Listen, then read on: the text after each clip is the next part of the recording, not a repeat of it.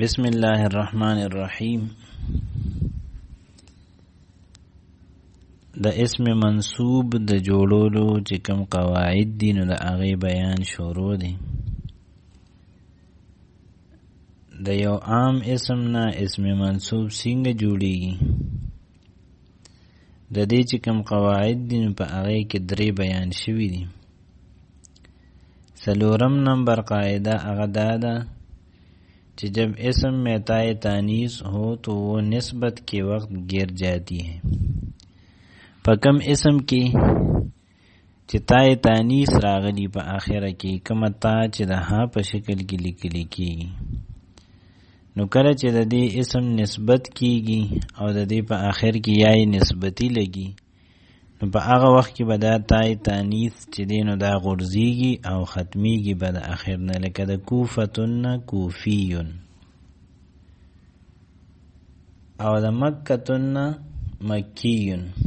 عمدغه شانتی ایسی ہی جو اسم فعیلتن اور فعیلتن کے وزن پر ہو اس کی تھا بھی گر جاتی ہے. چې کم اسم د فعیلتن یا د فعیلتن په وزنی، فعیلتن مطلب دی حرف اول باندې زبری، حرف ثانی باندې زیری، په حرف ثالث باندې سکونی او په حرف رابع باندې زبری او په حرف خامس پدې کې تای تانیث وی.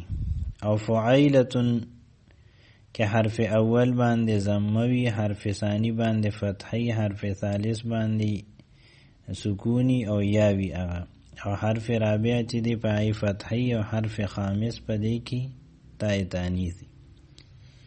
نو داسې اسمونه چې د دې تا هم د نسبت په وخت کې غورځېږي، جیسے مدینتن سے مدنیون اور جوہینتن سے جوہنیون. مدینتن بر وزن فعیلتن اور جوہینتن بر وزن فعیلتن. 5 نمبر جو اسم فعیلن کے وزن پر ہو اور اس کے آخر میں یا مشدد ہو تو پہلی یا کو دور کر کے وہ سے بدلیں گے اور وہ سے پہلے فتح دے کر آخر میں یا نسبت لگا دیں گے. کم اسم چې د فعیلن په وزنی، فعیلن مطلب دا چې سلور حروفی پکې، حرف اول باندې فتحی، په حرف ثانی کسری، په حرف ثالث سکونی، په حرف رابع باندې اعرابی. او د فعیلن په وزن باندې او د دې په آخر کې یعنی د یا او د لام په ځای باندې یا مشدد وی تو پہلی یا کو دور کر کے وہ سے بدلیں گے. نو یا مشدد چونکہ دوا یا گانی وی نو پا آغی کے با رنبے یا چی دا نو آغا لرکڑی شی او دویم چی کم یاوی نو آغا با پا وہ بدل شی. او دا وہ نمخ کی چی کم حرف رازی نو آغی لبا فتح ورکو اور وہ سے پہلے فتح دے کر آخر میں یا نسبت لگا دیں گے. او دا وونه چې کوم مخکې حرفی نو هغې له به فتح ورکو او په آخر کې به یا نسبت ولګو، وو په خپله مکسوری. جیسے علیون سے علویون، علیون بر وزن فعیلون، د دې په آخر کې یا مشدد ده او یا مشدد د دو یاګانو برابری. اصل کې داسې دی علیون، نو علی پدې کې لام پس پیوس یا چې د پای سکون دی او یون دا بل یا ده.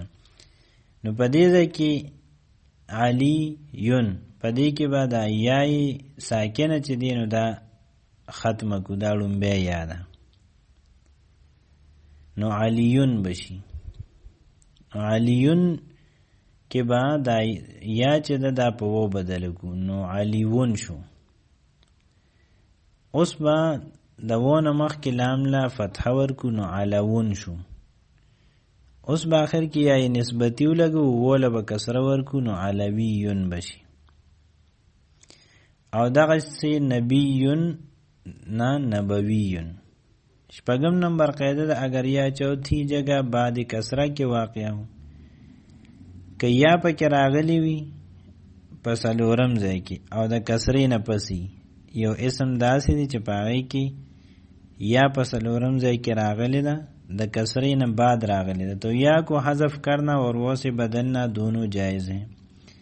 نو په هغه صورت کې یا حذف کول او یا چې دی په و سره بدلول دواړه جایز دي.